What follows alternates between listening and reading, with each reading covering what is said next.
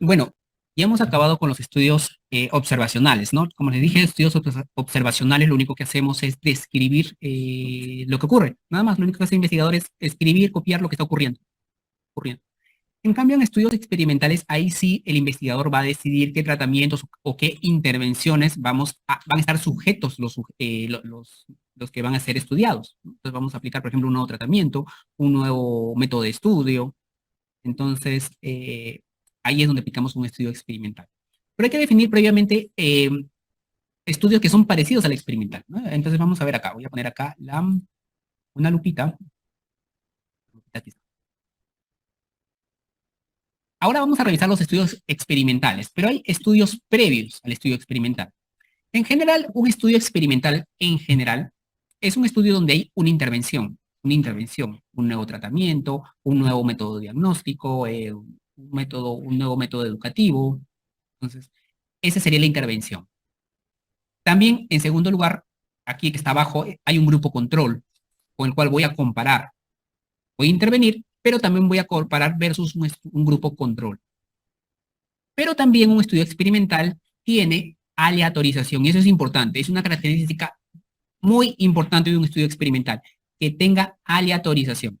Significa que los sujetos que van a formar parte del grupo intervención y del grupo control van a ser colocados dependiendo del azar, o sea, al azar. Un grupo va a ir para un lado y el otro para el otro. Con más detalle ahorita lo vamos a ver a continuación cuando les explique en los ensayos clínicos. ¿Ya? Pero estas son las características básicas de un estudio experimental. ¿Ya? Ahora veamos estudios previos al experimental. El primer estudio es el estudio preexperimental. Estudio preexperimental. Son los clásicos estudios antes y después. Ya varias veces les he dado ejemplos de estudios antes y después, ¿no? La vez pasada les dije, ¿no? Antes de la clase les tomo un examen, les capacito y después de la clase les tomamos otro examen para ver cómo van con el conocimiento, los conocimientos. Si es que aumentaron o no sus conocimientos, ¿no? Entonces son estudios antes y después, son estudios preexperimentales. Aquí no hay aleatorización porque estoy estudiando el mismo sujeto. Entonces un estudio antes y después. Tampoco no hay grupo control. ¿Por qué? Porque ustedes mismos son los que están siendo estudiados. El mismo grupo de sujetos que le aplicamos el examen antes de la clase, a los mismos sujetos los estoy midiendo después de la clase. Es un estudio, no hay grupo control. Entonces, por eso es un estudio experimental. El otro estudio que ha venido en examen, pero no de ustedes, sino el examen, el ENAM, seguramente ustedes habrán dado ese ENAM, hace poco vino, son los estudios cuasi experimentales, en el cual hay intervención y grupo control, pero no hay aleatorización. ¿A qué me refiero? Voy a tener dos grupos, el grupo intervención, por ejemplo, el que le voy a dar el tratamiento, y el grupo control que no le voy a dar el tratamiento. Pero la conformación de los grupos, quienes van a pertenecer al grupo intervención y al grupo control, no lo hago de manera aleatoria, lo hago, por ejemplo, por conveniencia o según mi criterio. Entonces, ahí sería un estudio cuasi experimental, ¿ya? Es un estudio cuasi experimental. ¿Cuál es el problema de este estudio cuasi experimental? Es esa, porque no hay aleatorización. Por lo tanto, si no hay aleatorización, recuerdan la clase de estadística, les dije, si no hay aleatorización, alta probabilidad de sesgo. ¿Cómo reduzco el sesgo? A través de la aleatorización. Si no hay aleatorización, tu estudio está sesgado lamentablemente, ¿ya? Entonces, tiene que haber aleatorización. Ese es el problema de los estudios cuasi experimentales. Ya les dije las características del estudio experimental, los básicos, intervención, control y aleatorización. Y aleatorización es la parte más importante. Por lo tanto, los estudios experimentales en la pirámide de evidencia se encuentran en la cima, ¿no?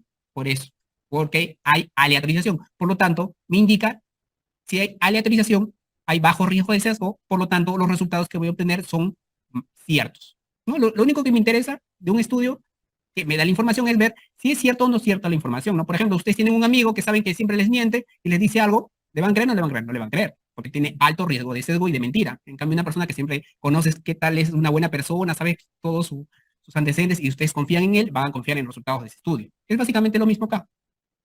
Lo único que han hecho es tecnificar lo que hacemos en la vida práctica.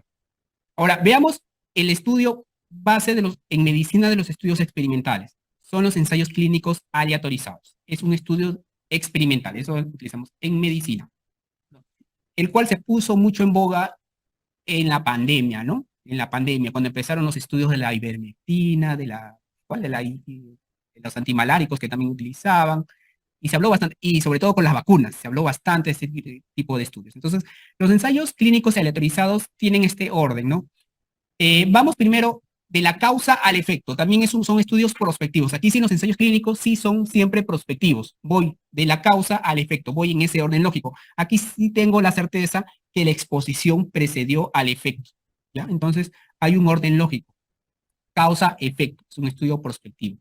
Empiezo con los sujetos de estudio que ingresan a mi estudio y voy a dividirlo en dos grupos, el grupo experimental y el grupo control.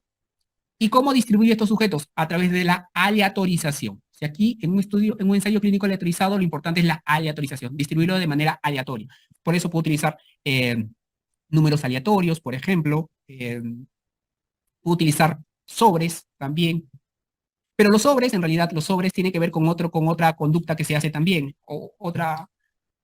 es con respecto a que tiene que ver con el segamiento, que ahorita les voy a explicar, ¿ya? El uso de sobres. Aleatorización tiene que ver con números aleatorios, o de repente el clásico que se utiliza también es con llamadas, ¿no? Tengo un paciente, ¿qué le corresponde, el A o el B? Y la llamada le dice, le toca el B, ya, toma el tratamiento B, ¿no? Entonces, hay una aleatorización en la asignación de tratamientos. Y también no se debe tampoco, no se debería predecir cuál es el tratamiento. Por ejemplo, imagínense que el orden de dar el tratamiento A y B siempre es, primero es A, después B, después A, después B, siempre es el mismo orden. Entonces, tampoco no debería predecir qué tratamiento va a venir, le va a tocar al siguiente sujeto. Eso también es importante, ¿ya? Luego que tengo mi grupo experimental y mi grupo control, voy a empezar a darle el tratamiento. Pero aquí es donde viene el concepto de cegamiento, ¿ya? Cegamiento. Hay estudios no cegado. Voy a ponerlo por acá. Cegado. Simple ciego. Doble ciego, ¿ya? El estudio no cegado, o sea, no hay ciego, son los estudios en el cual tanto el investigador y el sujeto saben qué tratamiento les están dando.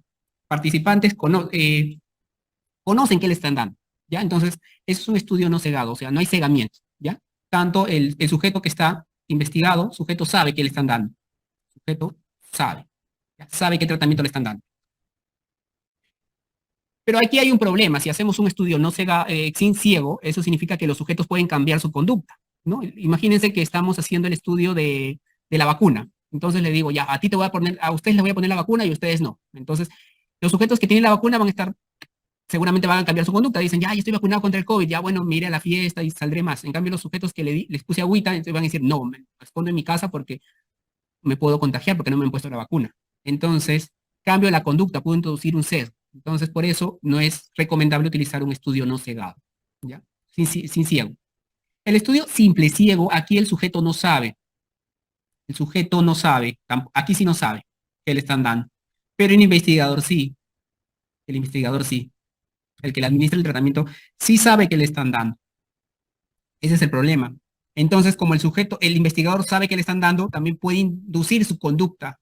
O sea, o la forma como le trata al paciente puede hacer que este paciente también cambie y adivine qué tratamiento le están dando. El estudio doble ciego, en cambio, aquí tanto el sujeto y el investigador no saben qué le están dando, no saben, ¿ya? Y esto es lo ideal. Lo ideal es que hagamos ensayos clínicos aleatorizados doble ciego. Ese es lo mínimo que se espera, que sean ensayos clínicos. Tanto el sujeto y el investigador que le está administrando el tratamiento no deben saber qué le están dando, ¿ya?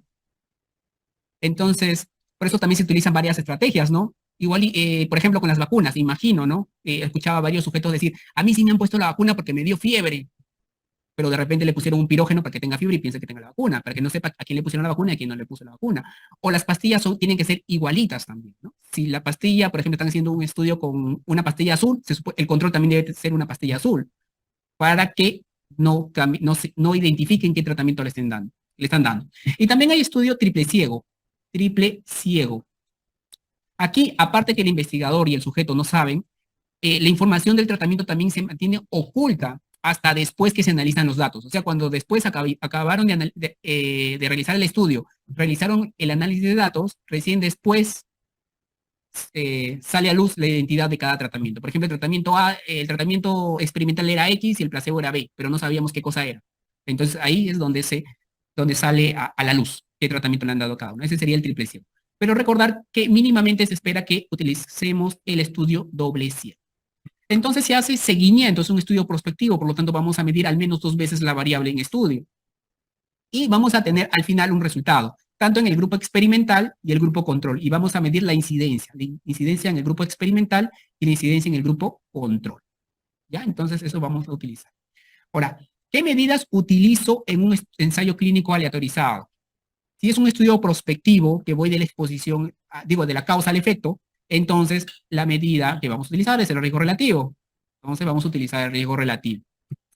Ahora, si es un tratamiento y lo que buscamos es que el sujeto mejore, por lo tanto el riesgo relativo va a salir menor a 1, ¿no? Entonces generalmente vamos a encontrar riesgo relativo menor a 1, son factores protectores, ¿no? Pero en un ensayo clínico no solamente medimos la eficacia, que es qué tan protector es, también medimos la seguridad, porque sabemos que el medicamento no solamente te hace bien, también te afecta a otros órganos, ¿no? Entonces tenemos que medir también tenemos que medir la seguridad. Por lo tanto, también va a haber algunos eventos que van a tener riesgo relativo mayor a 1, ¿no? Por ejemplo, vómitos, náuseas, dolor abdominal, rash cutáneo, lo más común que hay muchas veces en estos tipos de estudios. Entonces, lo que vamos a medir en esos ensayos aleatorizados es tanto la eficacia y seguridad. No olvidar eso, siempre nos olvidamos la seguridad. Por el paciente le dan el tratamiento, pero está sufriendo con dolor abdominal, con todos los efectos adversos que muchas veces tienen estos medicamentos. ¿Ya? No olvidar eso. Ya, uno de ellos es el riesgo relativo, pero hay otra medida también que utilizamos, que es reducción de riesgo relativo, que es básicamente 1 menos el riesgo relativo. ¿Ya? Esa es otra medida que vamos a utilizar. Hay otra medida que también utilizamos, que es la reducción absoluta del riesgo, que es el riesgo en el grupo control, el riesgo relativo me refiero, digo el riesgo en el grupo control, o sea, la incidencia en el grupo control, menos la incidencia en el grupo experimental. Otra medida que vamos a utilizar también acá es el número necesario a tratar. El número necesario a tratar es 1 entre la reducción absoluta del riesgo. En un ratito vamos a hacer un ejemplo de esto, ¿ya? Cómo se utiliza esto. Pero esas son las medidas que, básicamente. Hay otra medida también, que es el número necesario a dañar, que tiene que ver con la seguridad. ¿Cuántos sujetos necesitamos dar el tratamiento para que ocurra un evento adverso? Más o menos eso te indica el número necesario a dañar. También se mide eso, ¿ya? Entonces, RAR es reducción absoluta del riesgo. Reducción absoluta del riesgo. RRR es reducción del riesgo relativo. NNT es números necesarios a tratar. Y ahorita les voy a dar un ejemplo y vamos a ver cómo se interpreta cada uno de estos resultados. Luego ya vimos las características básicas de un estudio de un tipo ensayo clínico, que ha venido en examen. Esto ha venido en examen. La respuesta cegamiento, por ejemplo, viene en el examen. ¿Ya? Eso ha venido el año pasado, hace poco ha venido. Ya. ¿Cuáles son las características o beneficios de este tipo de estudios? Primero, causalidad. Aquí sí tengo la certeza que hay una relación causal. Por eso los estudios preferidos para determinar causalidad son los ensayos clínicos aleatorizados. Aleatorización, utilizan aleatorización, por lo tanto hay menos riesgo de sesgo, por lo tanto tengo la certeza, una alta certeza que el resultado es real, ¿no? Si voy a basarme en mi tratamiento que voy a utilizar en mi paciente, un estudio cuasi experimental, entonces probablemente hay un alto riesgo de sesgo y por lo tanto no es cierto lo que vas a obtener. Son repetibles y comparables y permiten determinar la eficacia y seguridad, ¿no? Pero alguna vez ha venido eso también en el examen. ¿Cuál es el problema de estos estudios? Que tengo problemas éticos, ¿no? Entonces hay que tener mucho cuidado, tenemos que pasar por el comité de ética antes de realizar estos tipos de estudios. Nuestro país también tiene un procedimiento para realizar ensayos clínicos, ¿no? Y que hace poco, con el desarrollo de la nueva vacuna que se realizó en el país, se vio todos los problemas que hubo, ¿no? Ahora, ¿hay dificultad de generalización? Sí, esta es una limitación de los ensayos clínicos. ¿Por qué? Porque estos ensayos clínicos los realizamos en condiciones muy especiales, que no ocurren realmente en la realidad. Muchas veces utilizamos pacientes que no tengan muchas comorbilidades, por ejemplo, retiramos, y el problema es que no puedo extrapolar estos resultados a la población general. Por eso solamente miden la eficacia. Hay otros tipos de estudios en el cual ya se realiza ya en la población general, en donde ya se determina ya no la eficacia, sino la efectividad. La efectividad ya se realiza en poblaciones ya reales, ¿no? Cuando ya sale a la venta el tratamiento. Y son costosos, imaginen realizar. ¿Cuánto se gasta por desarrollar un nuevo medicamento? Costísimo, ¿no? La vacuna, ¿cuánto se habrá gastado? Muy costoso. Son los problemas de este tipo de estudios. Ahora, aquí quería mostrarles algo más. Bueno, antes de darles el ejemplo, aquí les voy a dar un casito de un estudio clásico, ¿no? De lo que se hablaba en la pandemia, ¿no? Entonces, por eso hay que tener mucho cuidado con los ensayos, con los estudios que salen, ¿no? Muchas veces, cuando en abril, mayo, junio, empezaron a hablar de la ivermectina, ¿no? Y empezaron a hablar de la ivermectina por el tema de que in vitro funcionaba, ¿no? Teóricamente in vitro inactivaba ese virus, ¿no? O no se desarrollaba. Entonces dijeron, bueno, funciona in vitro, funcionará en seres humanos, supongo, ¿no? Entonces empezaron a usar en las personas. Pero había limitantes, ¿no? Porque les dije en la clase de causalidad, porque funciona in vitro no significa que va a funcionar en seres humanos, ¿no? Les dije un ejemplo muy exagerado, ¿no? Si utilizan, por ejemplo, ¿qué? Ácido muriático para destruir micobacterias, no significa que una persona se va a tomar eso, ¿no? Le va a causar daño. Entonces, no porque ocurre in vitro, va a funcionar en una persona viva y ser humano inclusive, ¿no? Entonces, desarrollaron varios estudios y este es el efecto de la ivermectina sobre el tiempo hasta resolución de los síntomas en adultos con COVID leve, ¿no? Entonces, hicieron una comparación de intervención versus el control, ¿no? Ivermectina versus placebo, 200 personas randomizadas, ¿no? Hicieron una distribución aleatoria del tratamiento. Un grupo le dieron ivermectina oral y otro le dieron placebo, seguramente un líquido parecido. Y los hallazgos. El grupo que tomó ivermectina tuvo una mediana, fíjense, una mediana, no la media, sino una mediana de tiempo de enfermedad de 10 días. Mientras que recibieron placebo, 12 días. Entonces ustedes dicen, ah, miren, aquí la ivermectina, menos tiempo, 10 días, placebo, 12 días. Pero la diferencia no es significativa. El intervalo de confianza incluye la unidad. Entonces, no es significativo. Aquí también vemos el hazard ratio que midieron acá. Hazard ratio lo voy a explicar más adelante, que es el hazard ratio que tiene que ver con el análisis de supervivencia. No lo voy a hacer. Más adelante les voy a explicar en qué consiste esto. Pero tampoco no fue significativo. Por lo tanto, no se puede decir que la ivermectina reduce el tiempo de sintomatología, según este estudio. Seguramente habrán visto más estudios con respecto a este tratamiento, se habrá hecho metaanálisis y ahí vemos cuál es el resultado final. Ahora, el ejemplo que les quería mostrar. Pero antes del ejemplo, por si acaso por ahí hay preguntas por ahí que mencionan dos conceptos, ¿ya? Porque a veces también me preguntan esto. El concepto en ensayos clínicos, ¿ya? Hay dos formas de realizar ensayos clínicos. Uno de ellos es, sobre todo el análisis de datos. El análisis con intención a tratar.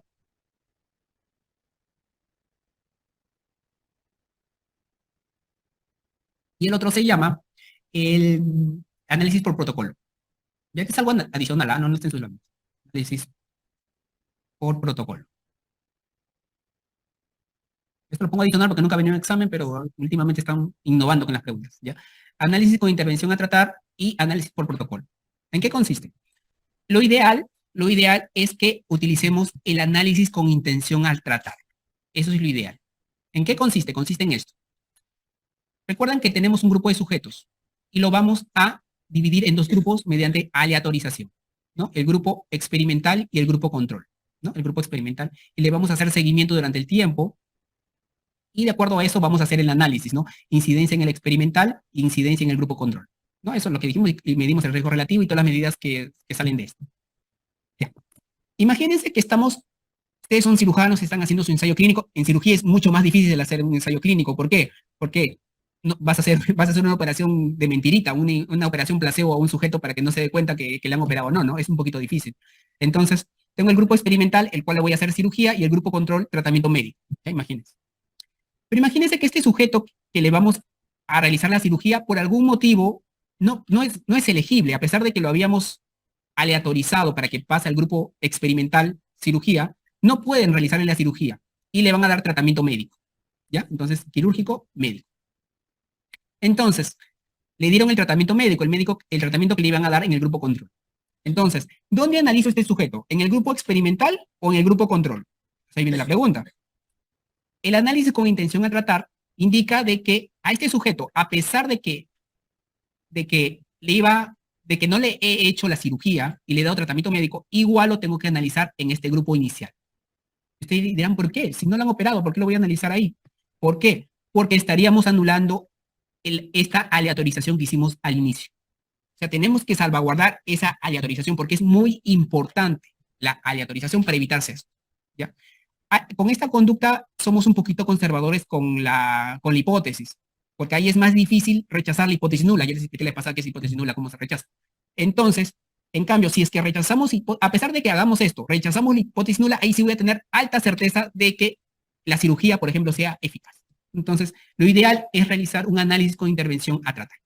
En cambio, el análisis por protocolo es lo que íbamos a hacer, ¿no? Hicimos aleatorización, el grupo quirúrgico, el grupo médico, pero este sujeto no pudo operarse, entonces lo pasamos al grupo de tratamiento médico. A este sujeto no lo voy a analizar en el grupo quirúrgico, sino lo voy a analizar en el grupo de tratamiento médico. ¿Ya? Entonces, ese es el análisis por protocolo. No es ideal hacerlo. Anulo la aleatorización que hice al inicio. Entonces, eso también es un análisis crítico que tienen que hacer en los artículos científicos. Cuando vean un ensayo clínico, vean qué tipo de análisis se realizó con intención a tratar, que es lo que deberían hacer, o análisis por protocolo. En los ensayos clínicos, no siempre, pero muchas veces lo dicen. ¿Ya? Entonces, eso también es importante. Ya veamos un ejemplo. Aquí les traigo un ejemplo. A ver, aquí justo tengo un ejemplo. Imagínense que tengo tratamientos, ¿ya? ¿Ah? Este es un cuadrito. Imagínense que estamos haciendo vamos a evaluar un tratamiento para evitar el ACV, ¿ya? Un tratamiento para evitar el ACV. Tengo el grupo tratamiento, el medicamento, no sé qué medicamento será, y el grupo placebo, que es el grupo control, ¿ya? Entonces, tengo los que tuvieron ACV, los que no tuvieron ACV, y el total. Entonces, aquí, imagínense que tengo esta tablita, ACV, placebo. Entonces, imagínense que tenemos estos resultados, ¿ya? Estoy escribiendo nada más, aquí yo he traído apuntado esto para, solamente como ejemplo lo he traído, para entender, ¿ya? Imagínense ya. Entonces aquí tengo la columna que recibió el tratamiento, el grupo, este sería el grupo experimental, y en la otra columna que recibió placebo, que sería el grupo control. ¿Ya? Y de ellos, después del seguimiento que hicimos, algunos presentaron ACV y otros no presentaron ACV. Entonces vamos a calcular. Primero vamos a calcular la incidencia, ¿ya? La incidencia de ACV en el grupo tratamiento y la incidencia en el grupo con placebo, ¿no? Entonces, incidencia en el grupo con tratamiento, el grupo experimental, ¿cuál sería? Sería, de los que recibieron tratamiento, ¿cuántos tuvieron ACV? 100. ¿Pero cuántos recibieron tratamiento? 4.000, ¿sí o no? Mientras que la incidencia en el grupo control, ¿cuánto sería? De los que no recibieron nada, recibieron 500 ACV de 4.000. Si se han dado cuenta, en el grupo experimental, si dividimos, ¿cuánto saldría? ¿Han dividido o no han dividido? Yo no he dividido. Dividamos, a ver, A, 0, 0. ¿Cuánto saldría? Entonces no lo traje apuntado. ¿Tienen por ahí o no? ¿Cero punto cuánto sale? ¿Cero cuánto? 0.025. ¿Y el otro?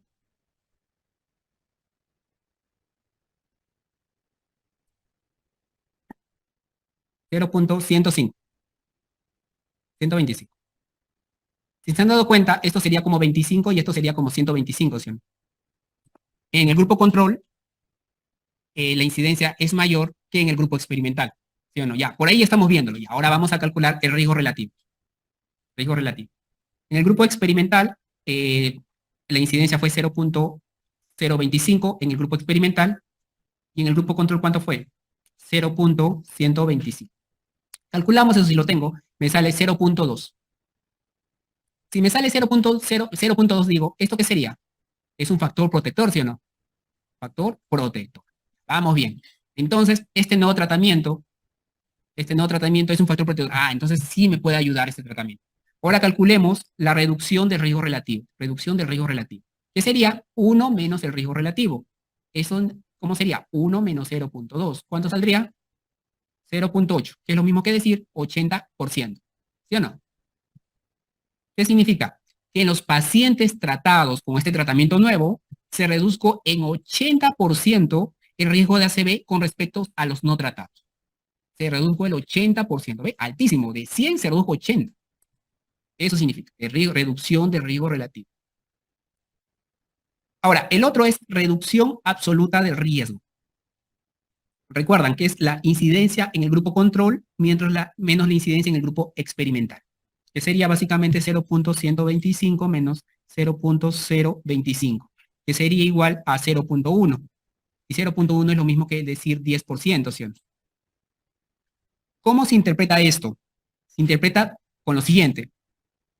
Por cada 100 pacientes tratados, se producen 10 ACV menos con respecto a placebo. A placebo. por cada 100 pacientes tratados, se producen 10 ACV menos con respecto a placebo. 10%, ¿no? De 100, 10, ¿no? Ahora, el número necesario a tratar, que es otro concepto también importante que a veces lo dejamos de lado. ¿Cómo es? 1 menos reducción absoluta de riesgo. En este caso sería 1 entre ¿cuánto? Entre 0.1. Significa, dividimos 1 entre 0.1, me sale 10. ¿Cómo se interpreta eso? Se interpreta en lo siguiente. Necesitamos tratar a 10 personas para evitar un ACV. Necesitamos tratar a 10 personas para reducir un ACV. Ahora imagínense que el número necesario a tratar no me salió 10, me salió 500. Imagínense, imagínense. Significa que necesitaría tratar a 500 personas para recién evitar un ACV. O sea, gastaría tratamientos en 500 personas para evitar solamente un ACV. En cambio, con este tratamiento, gastaría el tratamiento de 10 personas para evitar un ACV. ¿Se han dado cuenta la diferencia? Entonces, por ahí una vez en una clase me preguntó, pero doctor, entonces, ¿cuánto tiene que ser el número necesario de tratar para ser significativo, ¿no? Por así decirlo, ¿no? En realidad no hay, pero lo ideal es que el número necesario de tratar se aproxime a 1. ¿Por qué? Porque si se aproxima a 1, significa si le doy tratamiento a esa persona se va a curar, por ejemplo, vamos a evitar el evento. Significa que no todos los tratamientos van a curar a todas las personas, sino es una relación. ¿Ya? Entonces, volvamos a la clase de estadística. Esto es probabilidades. Esa vez les mencioné, no sé si les mencioné, ¿no? La medicina es la ciencia de las probabilidades, decía William Osler. Entonces, básicamente, actualmente, en la ciencia estamos trabajando con probabilidades. En este ejemplo, tengo que tratar a 10 personas para recién evitar un ACV. ¿Ya? Entonces, eso también es importante para que ustedes analicen cuando lean un ensayo clínico, que a veces no lo ponen porque no les conviene, ¿no? No les conviene ver estos datos. Ya. Ahora, por aquí creo que traje un ensayo clínico aparte, a ver, algo rápido también, algo rapidito. A ver, un ensayo, aquí está. A ver, este medicamento, por ahí lo encontré en el New England Journal. Aquí está. Aquí está. Mientras que va cargando para los que están en la clase virtual, aquí está. Pitavastatina, ¿ven? No sabía que existía ese medicamento, de repente sí lo conocía. Ya me he desactualizado. Pitavastatina para prevenir enfermedades cardiovasculares y la infección por VIH. O sea, en pacientes con VIH seguramente tienen alto riesgo de enfermedades cardiovasculares. Por lo tanto, hay que darle pitavastatina para evitar estos ACV. Entonces, hicieron un ensayo. Aquí dice, ¿no? El riesgo de enfermedad cardiovascular aumenta entre las personas con VIH. Lo que les acabo de decir. Este es un ensayo fase 3, ¿ven? Y eso ahorita les voy a explicar qué cosa es eso. Es un ensayo de fase 3. Eso no les expliqué, ahorita les voy a explicar. Este es un ensayo fase 3 en el cual asignamos aleatoriamente, ya me están dando que aleatorización, paso, imagínense, a 7.769, o sea, una población grande, que es importantísimo porque soy más preciso con mis resultados, ¿no? Con infección con VIH, con un riesgo bajo o moderado de enfermedad cardiovascular, ¿no? Entonces, ¿cuál fue el resultado que querían medir? La aparición de un evento cardiovascular adverso mayor, o sea, presentar un ACV. Entonces, realizaron el análisis y calcularon bien. La incidencia de un evento cardiovascular adverso fue 4.81 por 1000 personas año. Hicieron, ¿ve? Midieron acá. ¿Qué midieron acá? ¿Qué incidencia midieron acá? 4.81 por 100.000 personas año. ¿Qué incidencia es esta? Midieron la densidad de incidencia, que en realidad se llama tasa de incidencia. La incidencia o tasa de incidencia. Aquí realmente es una red. Para la pitavastatina, mientras que 7.32 fue en el grupo placebo. O sea, en el grupo de tratamiento fue más chiquito y en el grupo placebo fue más grande, ¿no? Entonces, y calcularon, ¿qué más calcularon acá? Y este que dice índice de riesgo, este es el riesgo relativo, ¿ya? Este es el riesgo relativo. El riesgo relativo fue 0.65, 0.65. ¿Eso qué significa? Es factor protector. Con un intervalo de confianza de ¿qué? De 0.48 a 0.9, significativo, y te lo confirman con su peto. Entonces, al final, ¿qué concluyen? Dice que los que recibieron pitavastatina tuvieron un menor riesgo de sufrir un evento cardiovascular. Pero por aquí mencionan algo importante, que dicen que interrumpieron el estudio porque se dieron cuenta de que el tratamiento fue efectivo, o sea, lo detuvieron. Por ahí una parte, por ahí mencionan eso. Significa que eso tiene que ver con los aspectos éticos. Si vemos que un tratamiento funciona y yo había previsto realizar un estudio por 10 años, ¿por qué voy a esperar 10 años si el tratamiento está funcionando, está dando resultados favorables? Entonces, muchas veces se detiene por eso. Hay otros que se detienen porque está causando daño, eso también te ocurre. Si estás causando daño a los sujetos, hay que detener el estudio, también ocurre. Ya, entonces, continuemos con la diapositiva. Ya, entonces, a ver, vamos a ver que cargue. Ya, entonces, antes de seguir, me faltó esto explicar. La evaluación de un nuevo fármaco. En la pandemia se habló bastante de esto, ¿no? La vacuna está en la fase 1, en la fase 2, en la fase 3 se mencionó, ¿no? Y se puso en boga esto. Entonces hay que entender estos conceptos.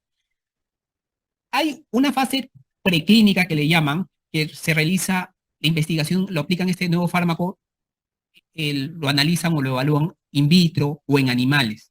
Esa es la fase preclínica, ¿no? Puede que in vitro funcione o en animales funcione, pero no significa que en seres humanos va a funcionar. Entonces, ahí es donde vamos a la fase clínica de este tratamiento. Entonces, aquí está la fase 1, la fase 2 y la fase 3, y por último la fase 4. La fase 1 consiste en administrar el nuevo medicamento en sujetos saludables, ¿no? Entonces, vamos a aplicar el tratamiento en personas sanas en primer lugar. ¿Para qué? Para determinar los efectos tóxicos de este medicamento, porque de repente en las ratitas sí funcionaba, pero en los seres humanos no, o de repente genera otros efectos tóxicos y que un ser humano no lo puede tolerar. También para determinar la absorción, la distribución, metabolismo. Entonces, lo que ustedes han estudiado en farmacología, de aquí se obtiene, ¿no? Muchos hallazgos de su libro de farmacología, aquí es donde se obtiene. Luego de aplicar el tratamiento en sujetos saludables y vemos que el ser humano lo puede tolerar, recién aplicamos en individuos enfermos. Esa es la fase 2. La fase 2 es donde aplicamos por primera vez el tratamiento en individuos enfermos, para evaluar también la eficacia y seguridad, ¿no? Ahora vamos a ver qué tan seguro es este medicamento en personas enfermas. Ahora, la fase 3, aquí ya viene la parte más interesante. Aquí se aplica tanto en individuos enfermos también, pero aquí lo que se hace es comparar el nuevo tratamiento con el tratamiento estándar. Y es donde se hace. Por eso el estudio que les acabo de presentar hace un ratito decía, estudio fase 3, ¿no? Fase 3. Estamos comparando el tratamiento nuevo con el estándar. Bueno, ahí creo que decía placebo, ¿no? De repente no había un tratamiento estándar. Pero comparamos tratamiento uno versus el otro. Esa es la fase 3. Y también evaluamos la seguridad y eficacia, porque puede que el tratamiento estándar no sea tan eficaz, pero no genera tantos eventos adversos. Hay ocasiones que el nuevo tratamiento es, como dicen, es peor que, que el tratamiento, ¿no? Que el medicamento, el tratamiento, ¿no? Y produce muchos eventos adversos que hacen al paciente sufrir mucho. Ahí es donde los doctores clínicos le dicen, ¿no? Hay que evaluar riesgo-beneficio, le dicen ustedes, ¿no? Pero eso tienen que evaluar también. Esa es la fase 3, donde se compara el tratamiento nuevo con el tratamiento estándar. Luego de eso, y vemos que el tratamiento es eficaz y seguro, o al menos tiene un nivel aceptable, este medicamento sale a la venta. Sale a la venta luego de que dan autorización, se autoriza. Cada país tiene su institución que autoriza la venta de medicamentos. En Estados Unidos es la FDA, en Europa la EMA, y cada país tiene su agencia de medicamentos. No significa que lo aprobó la FDA, no significa que necesariamente Perú lo tiene que aprobar. Tiene que pasar también su proceso en el Perú. Perú lo ve la DIGEMIT, la Dirección de Medicamentos. Recién cuando DIGEMIT lo aprueba, recién ese medicamento sale a la venta en nuestro país, y cuando está en la venta es la fase 4. Cuando ustedes van a la botica y ven el medicamento, ellos están en fase 4. Y aquí es donde se hace la farmacovigilancia para determinar eventos adversos. Seguramente ustedes cuando estén en hospitales o han estado en el internado de repente han visto pacientes que han sufrido de eventos adversos, llenan un formato donde indican todo lo que sucedió, ¿no? Todas las características de estos eventos adversos que ocurrieron, ¿no? Entonces, estas son las fases de evaluación de un nuevo fármaco.